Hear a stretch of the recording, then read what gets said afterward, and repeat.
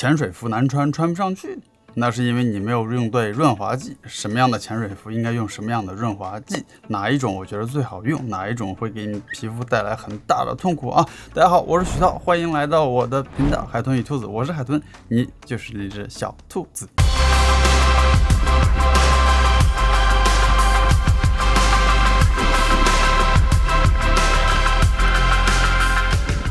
喜欢潜水的朋友啊，你潜的多了以后呢，你可能接触到的潜水服也是各式各样的啊，比如说干衣、半干衣、湿衣，还有这种就是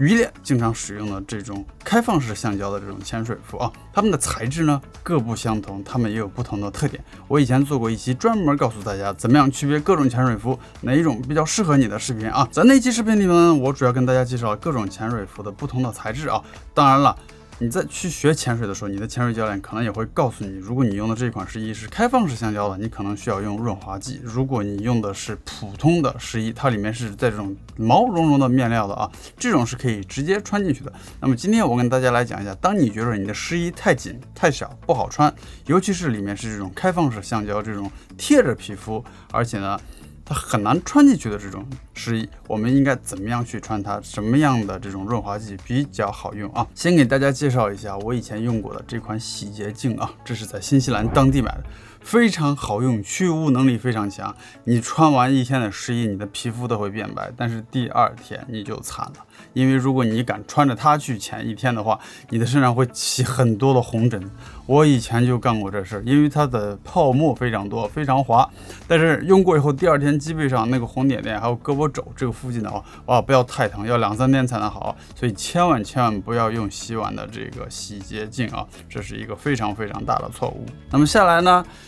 其次一点比较好用的就是，比如说你经常洗澡的这种沐浴露啊，什么品牌的都可以，但是沐浴露的特点就是它同样会给你带来这个湿疹和皮肤这个红疹子的这个麻烦哦。如果你的皮肤比较敏感的话，如果你只是穿1-2个小时可能问题不大，但是如果你敢说你坐船出海出去渔猎玩一天，那么你回来的话也会非常的难受，因为这个东西它不应该贴着皮肤那么长时间的啊，所以呢我也就不太建议大家去使用这种。我后来慢慢的也不太去用这种，它非常的好穿，短时间是 OK 的，但是长时间的话会有很大的麻烦啊。那么接下来我要跟大家推荐的一款，我现在最常使用的就是这种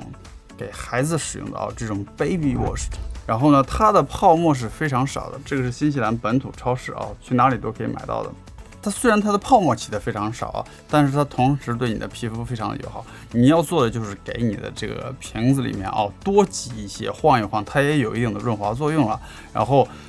它虽然起泡泡少，但是你呢潜一天水下来，你的皮肤不会疼。我当时有的时候疼的时候，我都感觉后面跟蚂蚁一样，就是遮着那种疼哦。当你看不到红点点的时候，过1-2天好像还有那种感觉就非常的麻烦啊。所以建议大家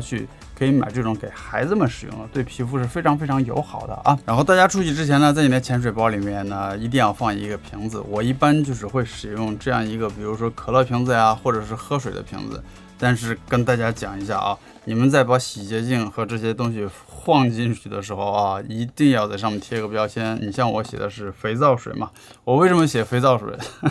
以前我就用这种喝水的瓶子啊。以前我在惠灵顿的时候，最夸张的时候就是下了班以后啊，开着车就去海边，所以我的车座下面会经常放一些肥皂水，我有时候会忘，你知道吧？结果有的时候放的多了，我就忘了里面还有肥皂水在车座下面。结果我老婆有一天渴了，不知道从哪儿找出来一瓶水，直接喝了以后，她就说你这水味道怎么这么怪？因为那瓶水在车座下面估计放了半年都不止，